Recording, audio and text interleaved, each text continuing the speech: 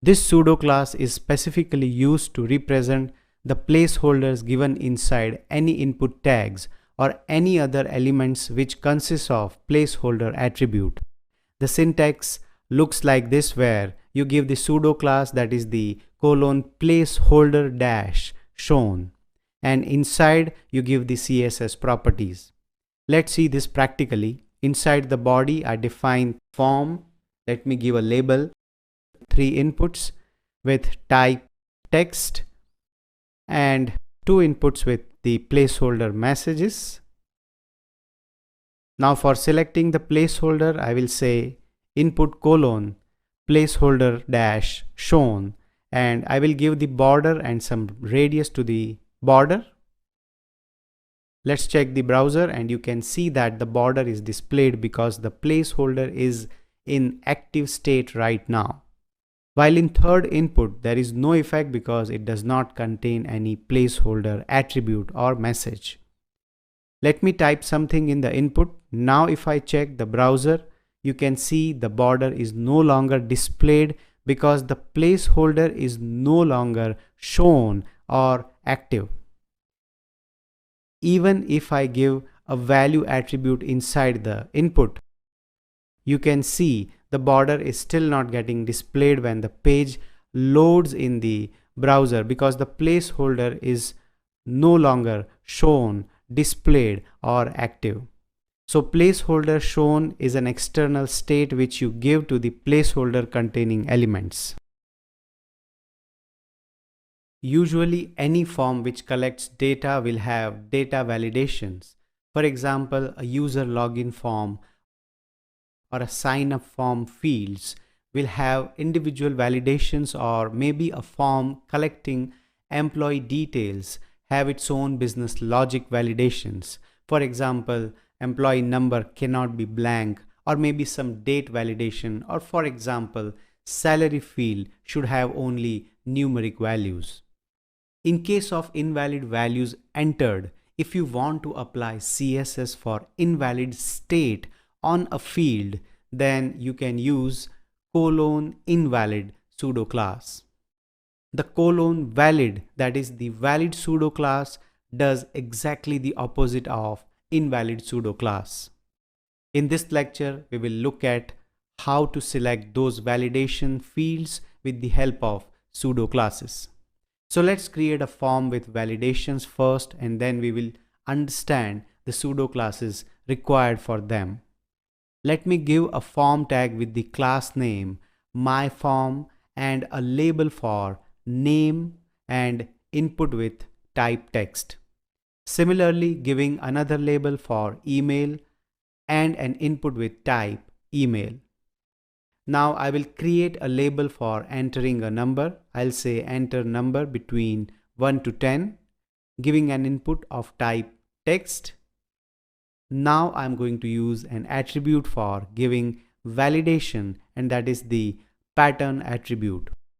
The pattern attribute is used for giving regular expressions which should match the value entered in the form. To know more about regular expression, send me a direct message, or you can search for the course from my instructor bio. Okay, so I will give pattern attribute, and inside double quotes giving the pattern, I will open the brackets and will say square bracket 1-9, and I end the bracket here. Note that this attribute only works on the input type text fields and not on number fields. I will show the difference as we move ahead. Alright, so the structure of the form is ready. Now let's apply some CSS. First I will give styling to the body. I'll say background color, padding, I'll give 3 EM, and font family and also color. Now let me give the styling to the form. I'll say dot myForm and will give display property as inline block with 100%, border, then border radius to 10 pixel and some padding. And for the label, I'll give display as flex and margin. Also giving some alignment for the input, I'll give padding 6 pixels, margin, giving top margin as 2 pixels, right and left margin to 30 and bottom 15. I'll give border, the radius to 5 pixels, width 50% and font size to 1.25 em. So the form looks like this. Now to select the fields which are assigned with some validations, the valid and invalid pseudo classes are used. The valid pseudo class is used to select any input or form element whose content validates successfully, while the invalid is opposite to valid, that is, it selects the elements whose contents fail to validate. A field contains an invalid state when there is a regular expression returning the invalid state, or programmatically it can be achieved. So let me give these pseudo classes. I'll say input colon invalid, setting the background as orange red, color to white and border color to brown. Similarly, I'll give input colon valid, setting the border color here as well. Let's enter value to the fields. I'll type the name, then email, and you can see as soon as I started typing, it changed the color which we have given inside the invalid pseudo class. So this shows that unless I write the proper email, it's not going to validate the field. Same case is with the number field. If I type any number between 1 to 9, it's going to validate, but if I type number which is greater than 10, it's not going to validate. Even if I try to enter text, it's not going to validate despite the input type is text. Let's say if I change the type to number, you can see now I can type here any number I want. Even if the number is greater than 10, it's still showing valid because validation expression is not affecting the type equals number field. These expressions only work for the text fields. So coming back to our topic, which is working with valid and invalid pseudo classes, this is how you can use them to select the fields. Let's talk about a question which is an assignment. Create a form which contains name, email, mobile number, and salary fields. The validations are: no fields should remain empty. Give validation to name, in which first letter should be capital, and to mobile number, which should contain only 10 digits. Alright, so let's figure out the answer. Let me make changes to the current form which we just saw. I'll change the first label to employee name. Inside input, as we want the first letter of the name to be in the uppercase, I will write the pattern A to Z in uppercase, same in the lowercase, and I'll say 1,40. This means I want one letter, that is the starting letter, in uppercase, so I am starting off the pattern with uppercase alphabets.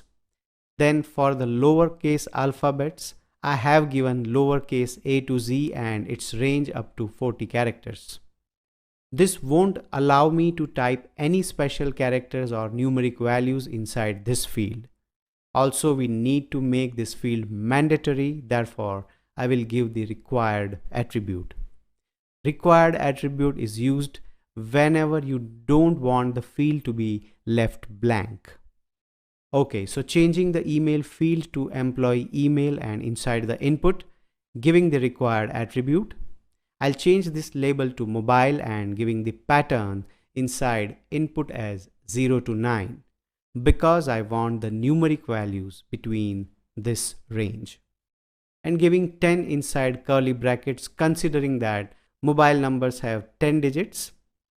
Also making this field as required. Adding another label for employee salary, and I'll just give the input type as number with required attribute. Well, the CSS is already given, so let's move to the browser. Let me give name starting with a lowercase letter. It shows invalid.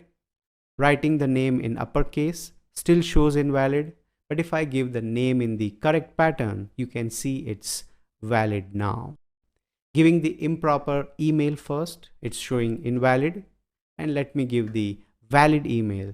So now it is the valid pseudo class getting executed. For the mobile number, let me try to write characters here, and you can see it's invalid despite I have given the input type as text, but the validation pattern which I have given here won't validate the characters. If I give the 11 digits, you can see it's showing invalid again. Even if I give less than 10 digit number, it's still invalid. Let me enter a proper 10 digit number, and you can see it's validated. For the employee's salary, I can enter any number here, but the field cannot be left blank, otherwise it will remain invalid as I have given the required attribute. So far we have been switching between code and browser often to check the output. Now I am introducing a VS Code plugin called Live Preview Extension, which will update the changes of HTML CSS code in real time. It means it will update the output as soon as I change the code, which will help to see the exact effect of each line of code. To install the extension, I'll go to extensions icon in the VS Code, or you can press Ctrl+Shift+X to open the extensions marketplace. In the search, I will write live preview and you can see it here. I'll install this. After installing, you can see there is an option showing at the top right corner of the VS Code screen. It says live preview, show preview. If I click it, you can see the HTML document. Now, whatever changes I apply in the HTML or CSS file, it gets instantly updated in the live preview. This is the charm of it. And to make sure that whatever I type, where does it affect or where the exact change is happening when I apply the CSS rule, that I want to show you on the fly. That's the reason why I am configuring this plugin, just for your better understanding. Of all the selectors we have learned so far, nth child selector is going to be the most important one, as this selector allows us to select the elements based on their index in a group of sibling elements. So before we move on to the example, let's first understand the syntax. The syntax for nth child selector looks like this, where we have the colon, then nth dash child selector. Before the colon, we give the element name. Like if you want to give on a paragraph, you would say p colon nth child, or maybe for a division, you'll say div colon nth child, etc. And inside the brackets, we pass arguments. We haven't seen anything like this till now, but yes, we actually pass the arguments inside this selector. Now let's talk about the arguments passed inside the nth child selector. It takes a single argument which describes the pattern for matching element indices in a list of siblings. For example, we have a list of span tags or allies or even divisions like this. And if you want to select the element based on a list like this, then you can pass the index value here as an argument. You can say nth child of 2, 3, 4, etc. There are also keyword values which you can pass inside the arguments, and they are odd and even.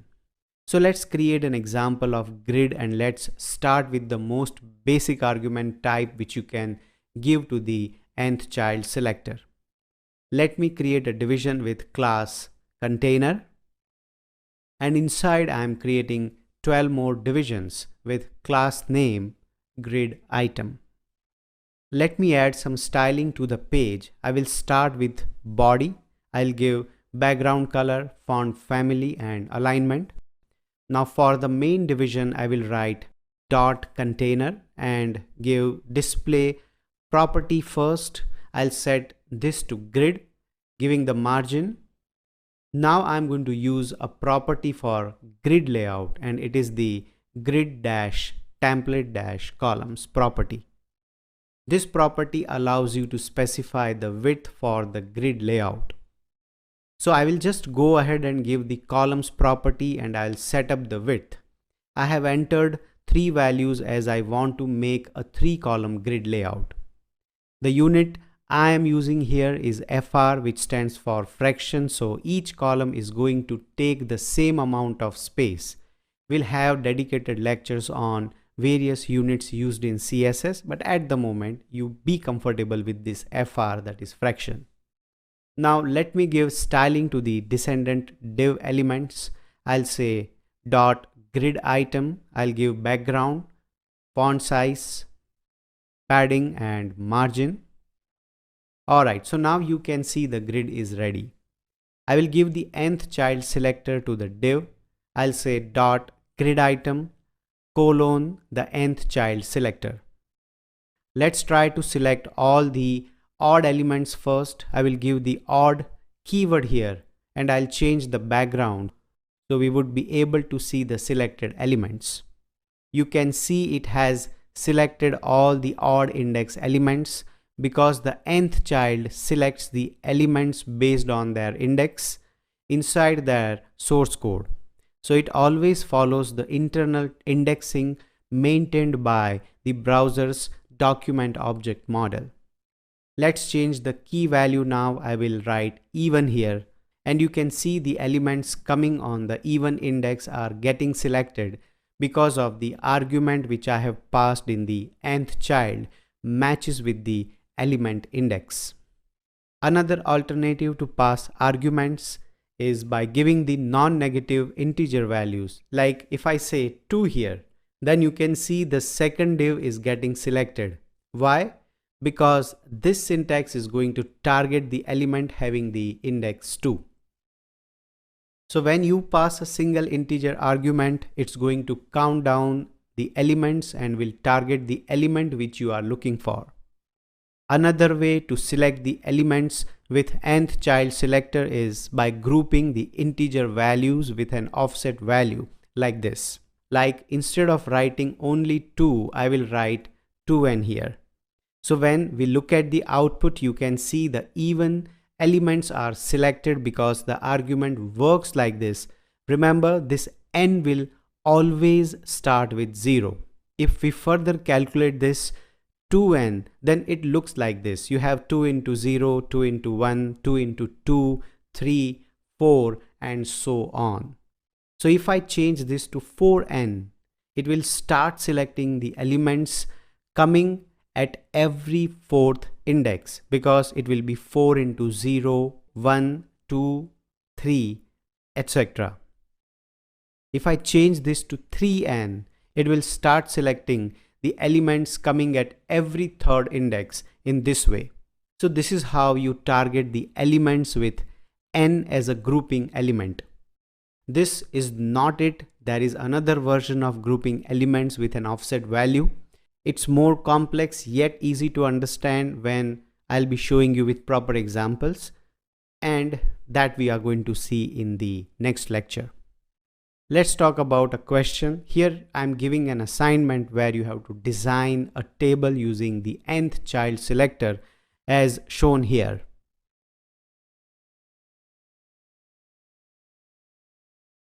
I hope you have tried on your own. If not, let's try it together.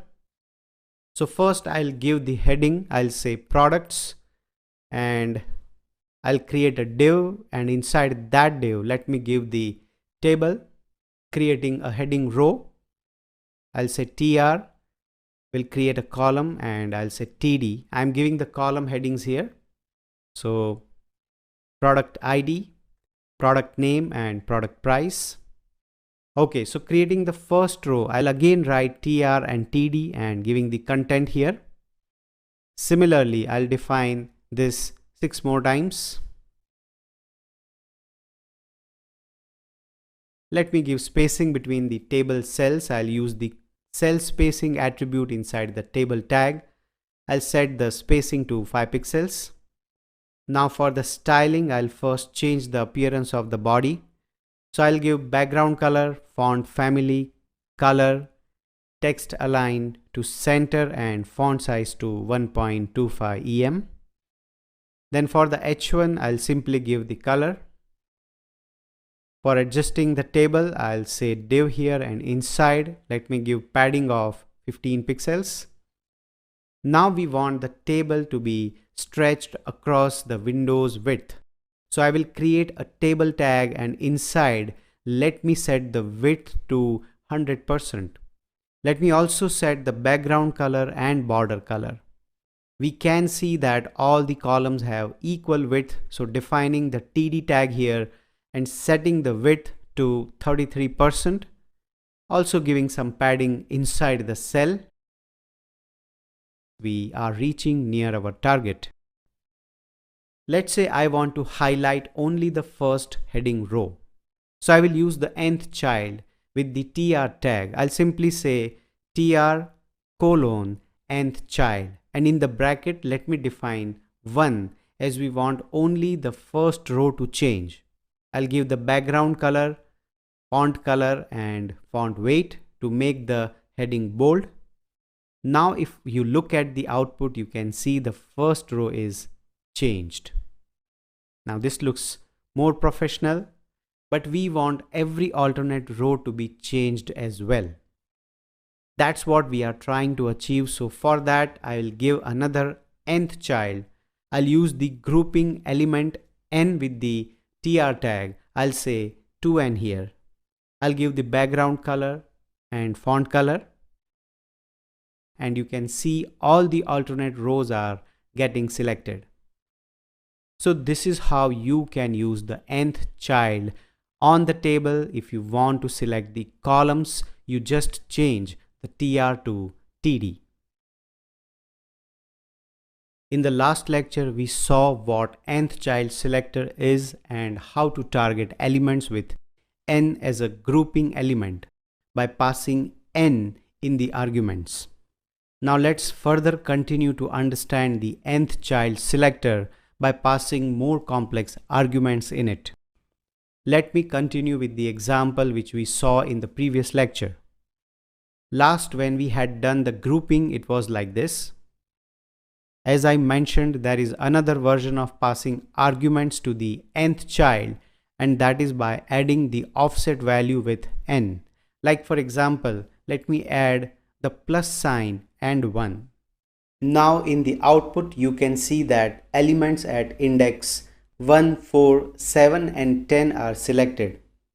So the logic will be like this, where n starts with 0, that is 3n plus 1 equals to 3 into 0 plus 1, which will be 1. Then n becomes 1, so it's 3n plus 1, that is 3 into 1 plus 1, which will be 4. If n becomes 2, then it should be 3 into 2 plus 1, which is 7. And finally, n becomes 3, that is 3 into 3 plus 1, which is 10. So it will stop at the index 10. It will go on selecting further if I had defined more elements. Okay, let's see what happens when I replace this 1 with 2. Now the logic is changed. It will look like this. It will start selecting the elements from index 2 till index 11. I hope you understand about how the nth child selects the elements in these kinds of situations, because soon enough you will be facing these situations in the live projects of your own. Let me try it one more time. I'll change the number to 3 instead of 2. So it will start selecting the elements from the 3rd index till the 12th index.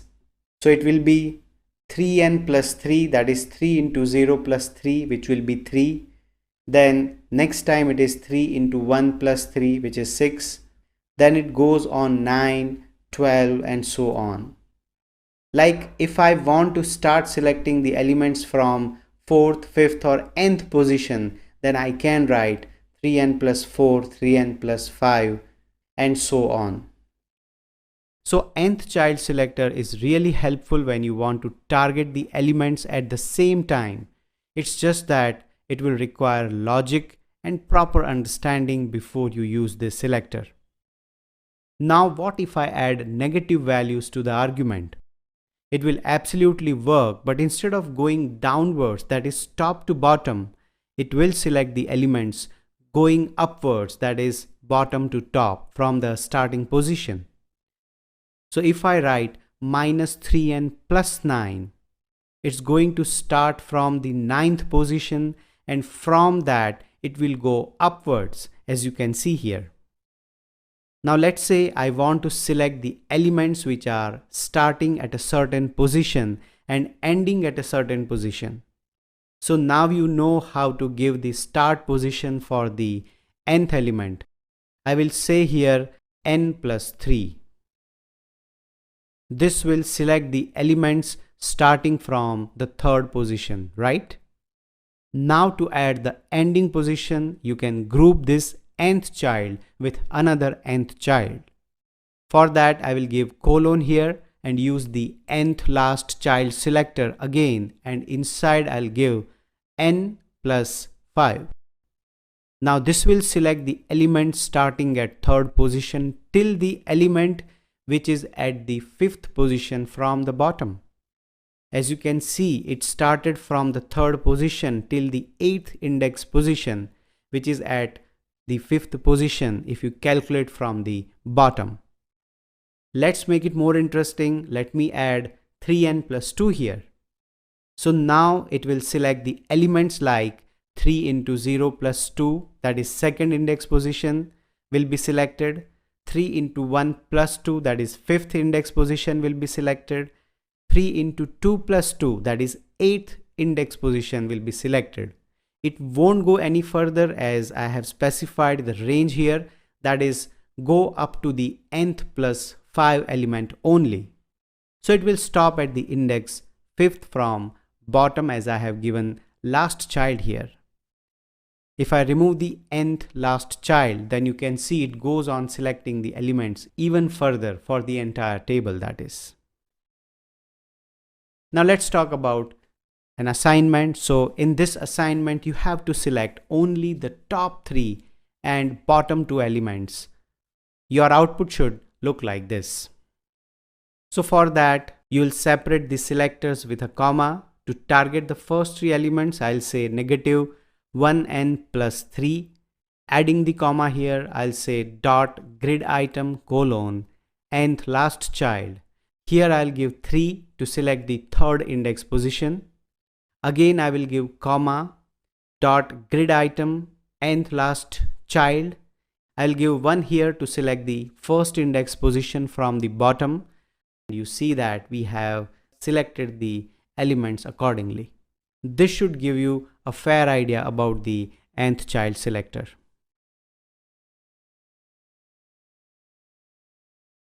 Pseudo element allows you to style specific parts of the element. For example, first line of the paragraph, first letter of text, or even lets you insert or add content before or after the element. Unlike pseudo classes, the pseudo elements are used to style the specific part of an element, whereas the pseudo classes are used to style the elements.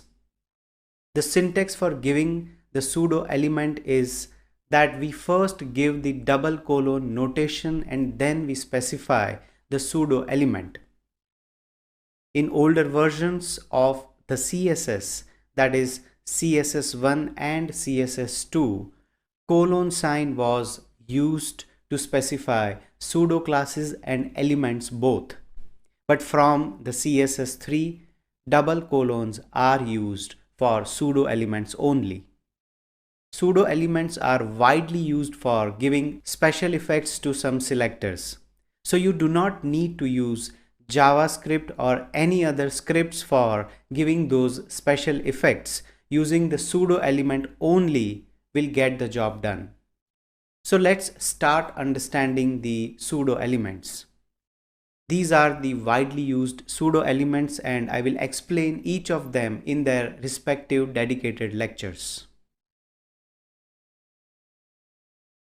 The first line pseudo element is used for applying styles to the first line inside an element.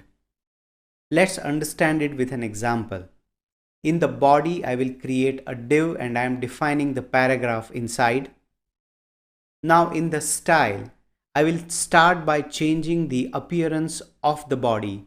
I will give the background color and changing font and font size. For the paragraph, I will give color and some padding.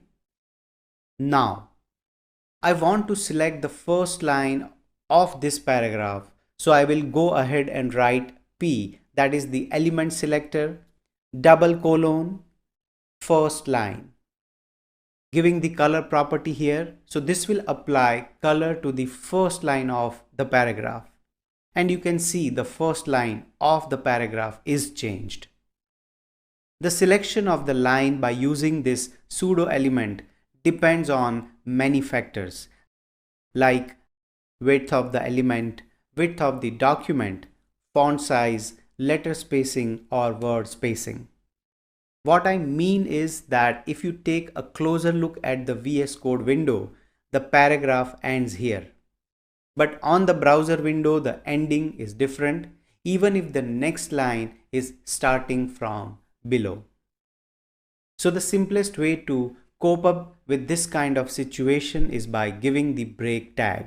I will write break tag here, and now you can see the text selected by pseudo element. By default, the first line pseudo element will select the line till the browser's width. As soon as the line breaks, the text after that is no longer selected. Also, this pseudo element only works on block level elements, that is when display is set to either block, inline block, table caption or table cell. If it is set on an inline element, nothing happens even if that inline element has a line break within it. Note that not all the properties can be applied in the first line pseudo element. Only the properties which deal with the text can be applied as shown here. Now let's talk about a question. So in which situation the first line pseudo element will not work? As I have discussed, first line pseudo element only works with the block level elements. For example, let's try to give this pseudo element on the span tag. Instead of paragraph tag, I'll give span tag. Let me change this as well. I'll say span here. You can see that the pseudo element didn't work.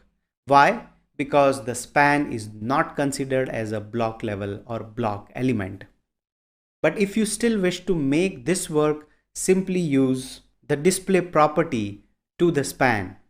I will give the display property here and set it to inline block. You can see the change in the first line of the paragraph. The first letter pseudo element applies styling to the first letter of the first line of any block level element. Earlier in our lectures, we used to target the letters or even a single letter by giving them in a span tag. But now for the same, we will be using the first letter pseudo element. Let's try to understand it practically. I will use the same code which we saw in the previous lecture. So in the style, I will first remove first line pseudo element. We won't be needing that for now.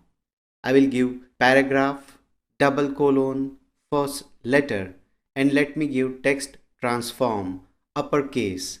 Font size I'll keep 350% and padding as well. This pseudo element will change the first letter of this paragraph. As you can see in the output, letter C is targeted. The rules are same for this pseudo element as well. Just like I said in the previous lecture that it will only work on the block level elements.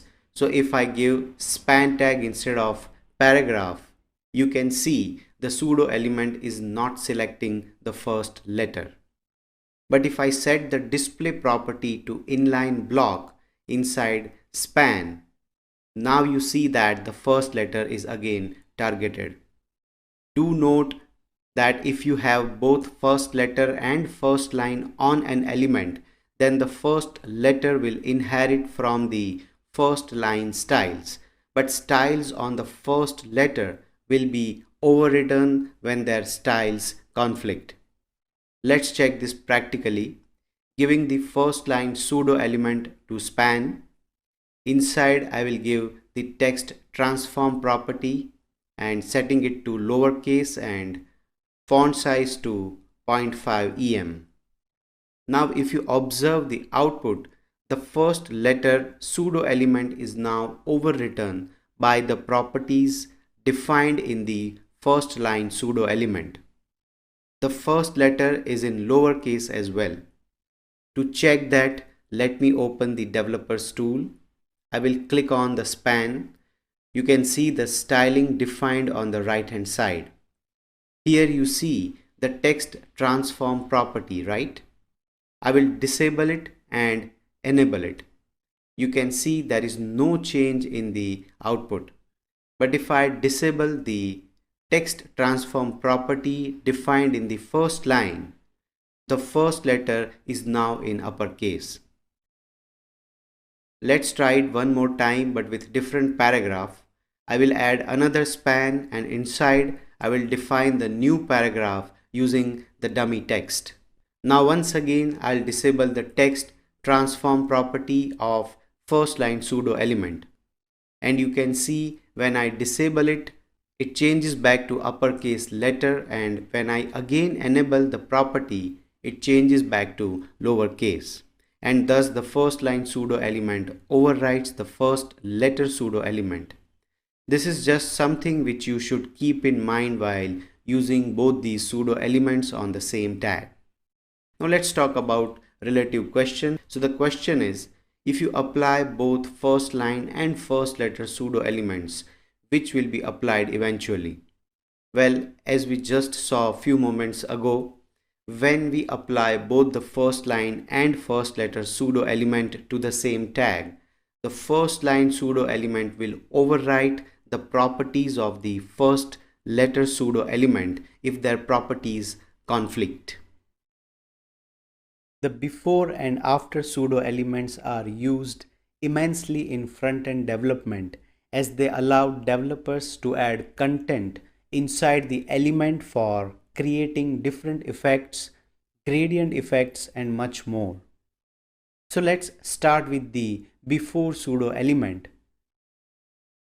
The before pseudo element adds content that appears before an element on a web page. For example, if I give a paragraph and I want to add content before the paragraph starts, so I will use the before pseudo element. I will say P double colon before. This is how the syntax looks. You give the element selector and then the before pseudo element. So whatever CSS rules you give here, the before pseudo element will tell the browser to add those rules before the element. Now the first property which is given to both the before and after pseudo element is the content property itself. Either you keep it blank unless you don't want to add any content before or after the element, or you can give content inside. Like for example, I will give a string here. This is the beginning. Now you can see the paragraph starts with a new beginning. But this is not what you think it is. The pseudo element does not add the text inside the paragraph. Rather, it takes a separate space inside the web page. Let me show you what I mean. I will open the developers tool. I will click on the paragraph and you can see the pseudo element. Note that both before and after pseudo elements are not part of the DOM, as they do not have any element type, and for this reason they simply don't exist inside the DOM. So giving the string or text inside them is not a viable option, as there is no way you can further access the text inside the DOM. Apart from string, you can give various other values as per the requirement: keywords, image values, string value, alt text for defined content, counter values, attribute value, position dependent keywords.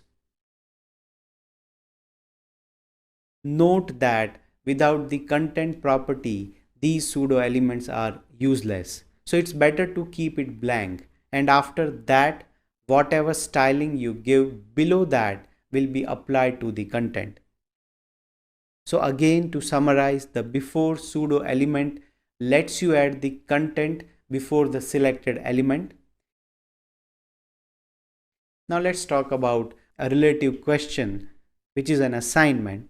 So the assignment is create a navbar and apply hover effect with before pseudo element as shown here.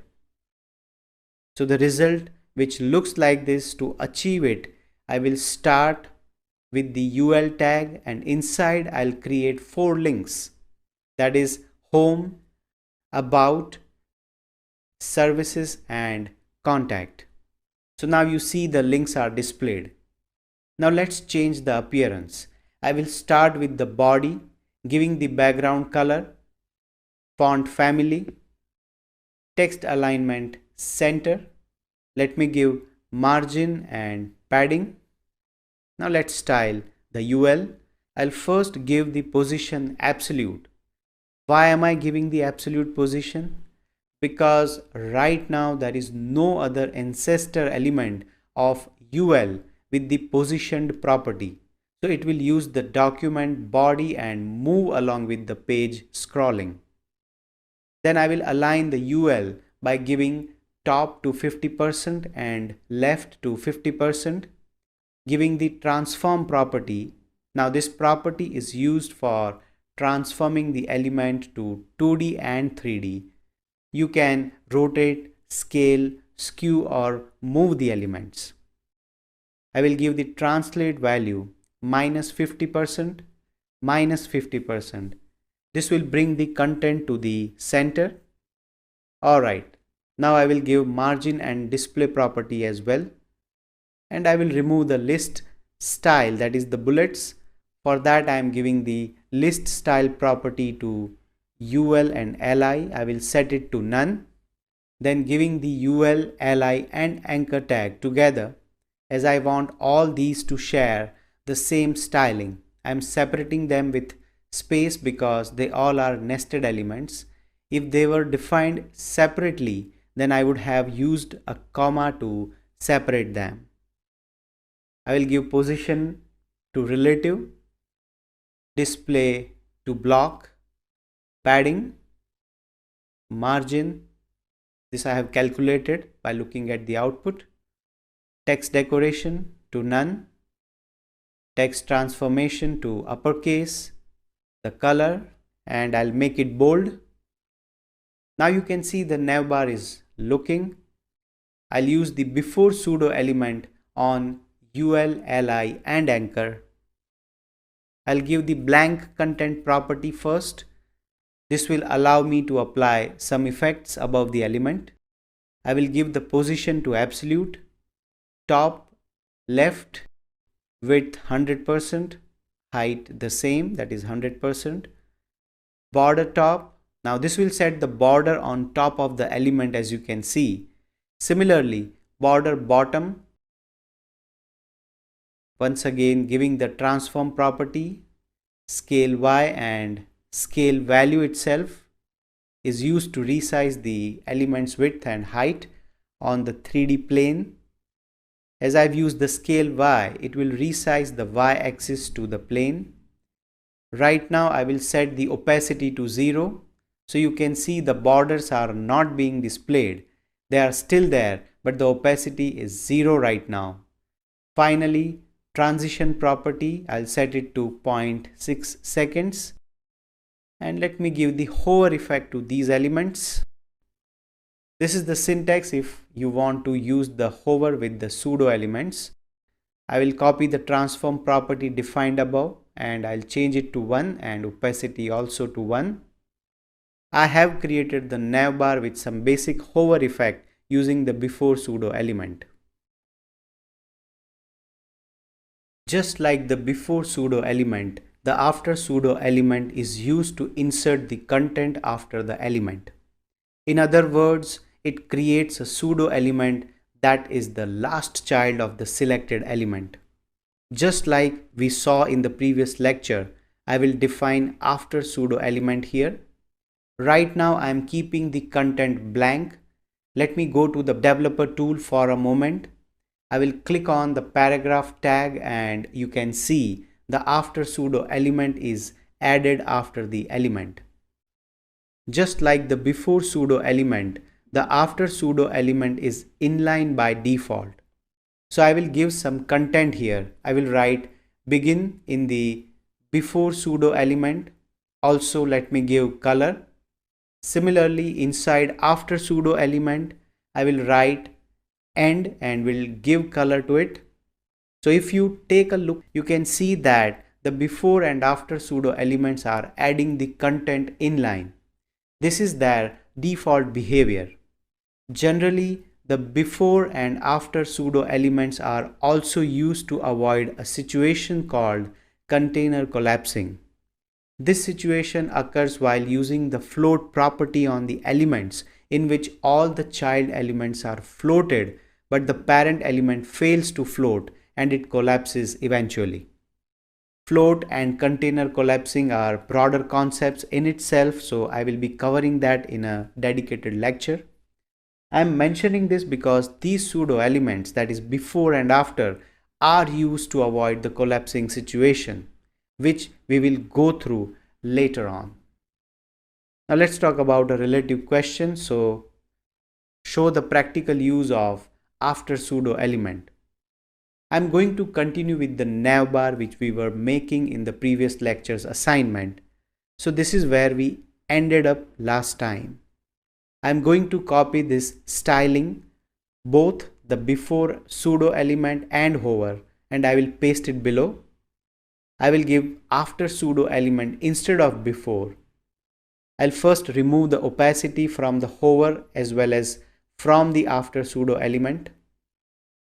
In the transform property, I will change this scale y to only scale and I will set it to 0. Now you know the use of scale. It defines a two-dimensional scale transformation. Next, I will remove these borders and instead I will give a background color. In the output, you can see when hover takes place, the background is not aligned properly.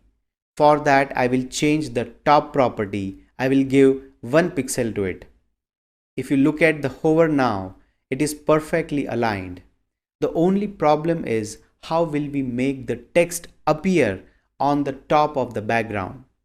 For that, I will specify the z-index property. This property is used to avoid the overlapping situations of elements, that is the stack order of the elements. This we will understand in a dedicated lecture as well. Also, this property works on the positioned elements, that is the elements whose position is either set to absolute, relative or any other value rather than static. I will set the z-index or z-index to -1, and by this the background will go backwards. As you can see, when I hover, the text is displayed along with the background. So this is how you use the after and before pseudo elements in your projects. You can give various effects to the elements by using them.